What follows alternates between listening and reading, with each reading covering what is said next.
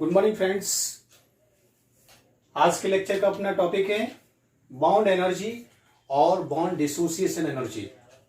ठीक है, तो हम आज पढ़ने जा रहे हैं आपके बॉन्ड एनर्जी और बॉन्ड डिसोसिएशन एनर्जी। तो बच्चों पहले हम स्टार्ट करते हैं इसके डेफिनेशंस। डेफिनेशन क्या है? The required amount of energy to dissociate one mole gaseous bond into separate gaseous atom is called bond dissociation energy.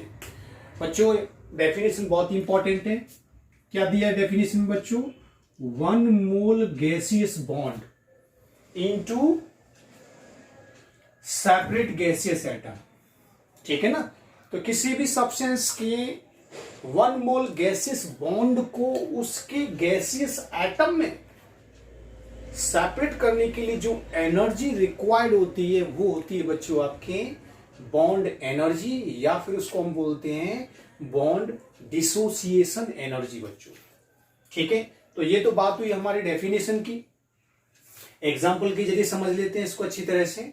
देखिए मैंने यहां पर लिया है वन मोल गैसियस बॉन्ड। देखिए हाइड्रोजन H2 का मॉलिक्यूल है, गैसियस फॉर्म में है। ठीक है, और H सिंगल बॉन्ड H, तो ये क्या हुआ? आपका वन मोल गैसियस बॉन्ड हुआ। अब इसको ब्रेक करने के लिए, ठीक है ना, इस वन मोल गैसियस बॉन्ड को उसके गैसियस एटम में सेपरेट करने के लिए जो हमें एनर्जी की रिक्वायरमेंट होगी वो होगी उसकी बॉन्ड डिसोसिएशन एनर्जी।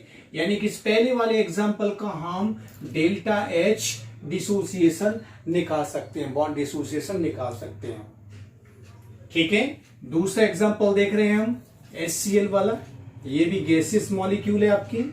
ठीक है, इसमें भी आपके वन मोल गैसियस बॉन्ड है जिसको हमने उसके सेपरेट गैसियस एटम में कन्वर्ट कर दिया है HOCl। तो इसका भी हम बॉन्ड डिसोसिएशन निकाल सकते हैं बच्चों। तीसरा एग्जांपल देखिए, है तो ये गैसियस बॉन्ड, बट इसको हमने सेपरेट गैसियस एटम में न करके किस में किया है? आयंस में किया है बच्चों। देखो ये H प्लस आयन से, ये Cl माइनस आयन से। तो बच्चों ये डेफिनेशन को फॉलो नहीं कर रहा है, तो इसकी हम बॉन्ड डिसोसिएशन एनर्जी नहीं निकाल सकते बच्चों।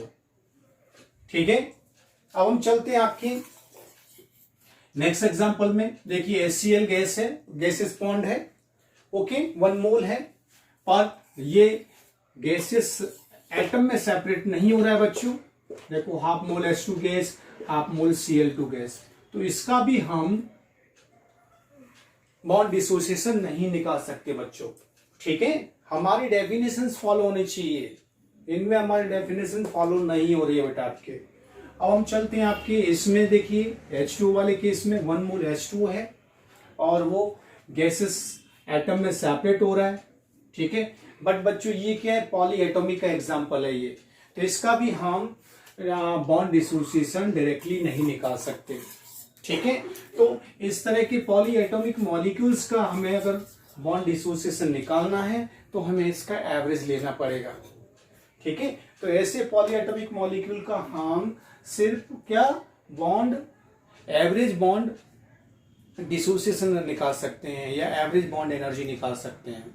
ठीक है, तो इससे पॉइंट बनता है बच्चों आपकी कि in case of polyatomic molecules we calculate the average bond energy. ठीक है, ओके, एवरेज बॉन्ड एनर्जी। तो एवरेज बॉन्ड एनर्जी का फॉर्मूला क्या होगा? Total energy required with all bonds.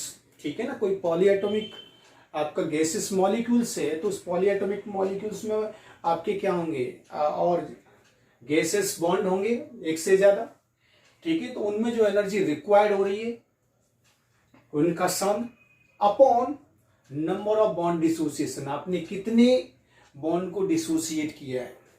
ठीक है, किसी पॉली एटॉमिक मॉलिक्यूल में मान लो 4 बॉन्ड है, तो चारों बॉन्डों को डिसोसिएशन करने में अलग अलग एनर्जी रिक्वायर्ड होगी, उनका सम कर दीजिए, फिर उसमें डिवीजन लगा दीजिए 4 बॉन्ड का। ठीक है, तो एवरेज बॉन्ड एनर्जी आपके निकल आएगी बच्चों। जैसा कि एक एग्जांपल हमने यहाँ दिया हुआ है, वाटर का ही लिया है। देखो HOH इसके एक बॉन्ड को ब्रेक करने में हमें 112 किलो जूल एनर्जी रिक्वायर्ड हुई है और ये इसमें कन्वर्ट हो गया बच्चों।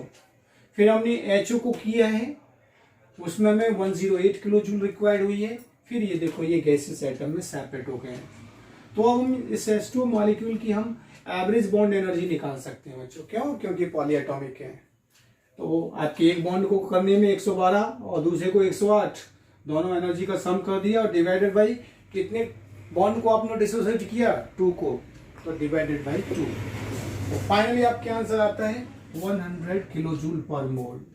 ठीक है, तो हम पॉलीएटॉमिक मॉलिक्यूल की हम एवरेज बॉन्ड एनर्जी निकालते हैं बच्चों। नेक्स्ट पॉइंट अपना यहाँ पर, इन bond energy of various bond present in the reactant and product are given, तो then delta H of heat of reactions can be calculated H। ठीक है, तो अगर मान लो कोई रिएक्शन है तो उसमें रिएक्टेंट की बॉन्ड एनर्जी दे रखी है, प्रोडक्ट की दे रखी है, तो हमें हीट ऑफ रिएक्शन अगर निकालनी हो तो हम क्या करेंगे, delta H equal summation of bond energy of reactant minus summation of bond energy of product कर देंगे। तो हमारी उसकी क्या निकल आएगी, हीट ऑफ रिएक्शंस आपकी निकल आएगी बच्चों। क्लियर बेटा आपकी? फटाफट इसका स्क्रीनशॉट लीजिए बच्चों। तो बच्चों अब हम एक क्वेश्चन प्रैक्टिस कर लेते हैं बॉन्ड डिसोसिएशन एनर्जी के रिगार्डिंग। तो जो क्वेश्चन दे रखा आपके, ध्यान से रीड करना, देखना है इसको। Given the bond energy of nitrogen and triple bond N, H single bond H and N single bond H are given है आपकी 945 किलो जूल पर मोल, 436 किलो जूल पर मोल और 391 किलो जूल पर मोल रेस्पेक्टिवली।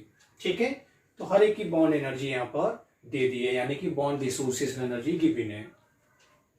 अब हमें क्या करना है, the bond enthalpy of reactions, हमें इस रिएक्शन की बॉन्ड एंथैल्पी निकालनी है। रिएक्शन क्या बच्चों आपकी, 1 mole nitrogen gas react with 3 mole hydrogen gas and produce 2 mole NH3। ठीक है, तो इस रिएक्शन की हमें क्या निकालनी है, बॉन्ड एनर्जी। तो बच्चों आपको पता है कि हम बॉन्ड एनर्जी कैसे निकालेंगे, हमने एक फॉर्मूला स्टडी किया था। ठीक है, heat of reaction equal summation of bond energy of reactant minus summation of bond energy of product. ये हमने फॉर्मूला स्टडी कर चुकी है, मैंने यहाँ लिख भी दिया है, ये फॉर्मूला आपकी है। ठीक है, तो बच्चों देखिए रिएक्शन को मैंने यहाँ पर एक्सपांड कर लिया। N2 को देखो मैंने इससे से रिप्रेजेंट कर दिया, प्लस H2 के 3 मोल्स हैं, तो देखो 3 moles of H single bond H इस तरह से रिप्रेजेंट कर दिया और 2 मोल्स ऑफ अमोनिया को मैंने इस तरह से रिप्रेजेंट कर दिया। देखो N single bond H, N single bond H, N single bond H। ठीक है बच्चों, तो बच्चों देखिए यहाँ पर नाइट्रोजन ट्रिपल बॉन्ड, नाइट्रोजन की जो बॉन्ड एनर्जी है, बॉन्ड डिसोसिएशन एनर्जी है, वो न्यूमेरिकल में दे रखी है 945, तो मैंने उसके नीचे लिख दिया 945। ठीक है, प्लस यहाँ H सिंगल बॉन्ड H की जो बॉन्ड एनर्जी है वो है 436 दे दी है, पर लेकिन वो 1 मोल की है, हमारे पास मोल कितनी है उसके 3, तो 3 का मल्टीप्लाई हमने कर दिया उससे। ठीक है, तो इन सब दोनों को सम करेंगे, ये क्या पोर्शन है आपका, रिएक्टेंट पोर्शन है। ठीक है, तो बॉन्ड एनर्जी ऑफ रिएक्टेंट, ठीक है ना, तो summation of bond energy of reactant, इसका समेशन कर दिया तो हमारे आ गया 2253 किलो जूल पर मोल आपकी यहाँ पर ये आ चुकी है। ठीक है, एनर्जी। ओके, सिमिलरली यहाँ प्रोडक्ट का भी हम वही करेंगे। तो देखिए यहाँ पर N सिंगल बॉन्ड H की बॉन्ड एनर्जी हमारी दे रखी है 391 N सिंगल बॉन्ड H। ठीक है, ये एक ही आपकी बॉन्ड एनर्जी दे रखी है NH की यहाँ पर। तो बच्चों आपकी देखिए इस NHC में कितने बॉन्ड हैं, NH देखो NH एक बॉन्ड हो गया, NH दूसरा हो गया और ये NH तीसरा, यानी कि 3 बॉन्ड है, तो 3 का मल्टीप्लाई होगा आपके एक NH की बॉन्ड एनर्जी से 391 से। ठीक है, ये तो हुआ आपका एक NH3 का निकला, लेकिन NH3 के मोल्स कितनी है 2, तो हमें 2 का भी मल्टीप्लाई करना पड़ेगा। मोल्स कितनी है 2, तो 2 का मल्टीप्लाई। ठीक है, और यहाँ पर NH बॉन्ड कितनी है 3, ओके, और एक NH बॉन्ड का जो बॉन्ड एनर्जी है वो 391 है। तो इससे इसको सॉल्व करेंगे तो 2346 बॉन्ड एनर्जी आएगी प्रोडक्ट की बच्चों, ठीक है। तो ये प्रोडक्ट की बॉन्ड एनर्जी है और ये है बच्चों आपकी रिएक्टेंट की बॉन्ड एनर्जी का समेशन हो चुका है, ठीक है। तो अब इसको फॉर्मूले में यूज करेंगे, ठीक है, जिसके थ्रू हम बॉन्ड एंथैल्पी ऑफ रिएक्शन निकाल सकते हैं। तो delta H equal bond energy summation of bond energy of reactant कितना रख दिया यहाँ वैल्यू, इसी तरह से summation of bond energy of product की वैल्यू भी हमने रख दी। तो फाइनली हमारा डेल्टा H कितना आता है -93 किलो जूल पर मोल आता है। ओके बच्चों, ये हमारी वैल्यूज आती है। तो ऑप्शन में हमारी ये वैल्यू दे रखी है फर्स्ट में, तो हम यहाँ पर ऑप्शन क्या टिक करेंगे -93 किलो जूल, यानी कि फर्स्ट ऑप्शन टिक करेंगे। तो बच्चों ये बनता है आपके इस तरह से बॉन्ड एनर्जी से रिलेटेड न्यूमेरिकल। आई थिंक आप लोगों को समझ में आ गया होगा, ठीक है। इतना हार्ड एंड फास्ट है नहीं, कोई ज्यादा टफ फॉर्मूला भी नहीं है, सिर्फ रिएक्टेंट की बॉन्ड एनर्जी और प्रोडक्ट की बॉन्ड एनर्जी का हमें क्या करना है, डिफरेंस निकालना है, ठीक है। तो ये हो गया। अब है बच्चों आपकी लॉज ऑफ थर्मोकेमिस्ट्री। तो यहाँ पर हम दो लॉज स्टडी करेंगे, वो है एक तो लैवोसियर एंड लैप्लास लॉ, ठीक है, और दूसरा हमारा इंपॉर्टेंट यानी कि वो है Hess law of constant heat summation. ये हम स्टडी करेंगे बच्चों। तो वन बाय वन हम इसको स्टडी करते हैं। तो पहला है आपका Lavoisier and Laplace law.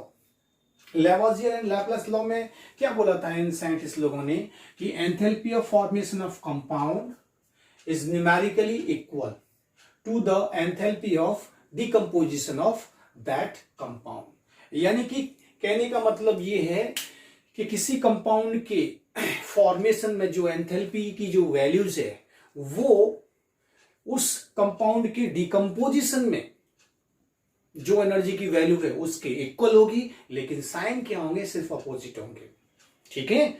Value तो न्यूमेरिकली इक्वल होंगी, यह सिंपल सी बात है। आपने किसी कंपाउंड का फॉर्मेशन किया है तो उसमें जो एनर्जी आपको मिली वो ठीक है रिलीज हुई फॉर्मेशन करने में, और उसी कंपाउंड का आपने डिसोसिएशन कर दिया तो उतनी ही एनर्जी देनी पड़ेगी नहीं कि पड़ेगी आपको उसको डिसोसिएट करने में, बट सिर्फ डिफरेंस किस चीज का होगा, माइनस, यानी कि साइन का आपके डिफरेंस होगा। तो वही लैवोसियर एंड लैप्लास लॉ में बोला गया कि enthalpy of formation of compound is numerically equal, ठीक है ना, formation of compound is numerically equal to the enthalpy of decomposition of that compound with opposite sign.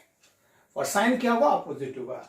चलो बच्चों इसको हम एग्जांपल के थ्रू स्टडी कर लेते हैं। जैसे कार्बन और ऑक्सीजन दोनों मिलकर के CO2 का फॉर्मेशन कर रहे हैं, ठीक है। तो एंथैल्पी ऑफ फॉर्मेशन कितनी आ रही है आपकी, देखिए निकल रही है हीट, तो 94 किलो कैलोरी, ठीक है, इतनी हीट निकल रही है। अब इसी कंपाउंड का हमें डिकम्पोज करना है कार्बन प्लस O2 में, तो उतनी ही एनर्जी देनी पड़ेगी नहीं पड़ेगी हमें, बट साइन क्या हो जाएगा, यहाँ पर चेंज हो जाएगा, माइनस की जगह प्लस हो जाएगा। क्यों, क्योंकि अब एनर्जी आप दे रहे हो तो एंडोथर्मिक प्रोसेस होगा, ठीक है, और जब निकल रही थी तो वो एक्सोथर्मिक प्रोसेस था। तो पहले फॉर्मेशन में एनर्जी निकलती है तो वो वैल्यू आपकी माइनस में होगी, माइनस में, ठीक है ना। एक्सोथर्मिक एनर्जी कभी भी माइनस नहीं होती है, बट साइन में हम यहाँ रिप्रेजेंट करते हैं। यहाँ माइनस का मतलब ये है कि हीट या एनर्जी इवॉल्व हो रही है, निकल रही है, ठीक है, और यहाँ प्लस का मतलब है हीट दे रहे हैं उसको, ठीक है ना, रिएक्शन को डिसोसिएट करने में हीट हम दे रहे हैं, ठीक है। तो यह माइनस प्लस का मतलब ये होता है, क्लियर, ठीक है। एनर्जी कभी भी माइनस में नहीं होती है, ये गलतफहमी आप अपने दिमाग से निकाल दीजिएगा, ओके, ठीक है। तो ये लैवोसियर एंड लाप्लास लॉ था, सिर्फ साइन चेंज करना है, वैल्यू वही रहेगी। Hess law of constant heat summation. Hess law of constant heat summation में क्या बोला था बच्चों आपके हेस जी ने, उन्होंने ये बोला था कि किसी भी कोई भी रिएक्शन है या कोई भी हमें टारगेट पॉइंट अचीव करना है, ठीक है, तो वो उसके फाइनल और इनिशियल पॉइंट पर आपके क्या होता है, उसके समय उसके पाथ पर डिपेंड करता है, ठीक है ना, ओके, कि उसने पाथ क्या क्या लिया हुआ है, ओके। ए से बी तक जाने के लिए हम देखिए ए से डायरेक्टली बी तक पहुंच गए, और ए से बी जाने के लिए हम ए से सी पे गए और सी से बी की तरफ गए, ये पाथ फॉलो किया, ठीक है, ए से हम ऐसे भी गए, ए से डी, डी से ई, ई से बी, ठीक है। तो इन सब में आपकी क्या है, जो एनर्जी आपकी यूज हुई उसका समेशन करना है हमें। तो यहाँ पर हेस लॉ ने क्या बोला कि the heat change in complete chemical reaction always remains same, ठीक है।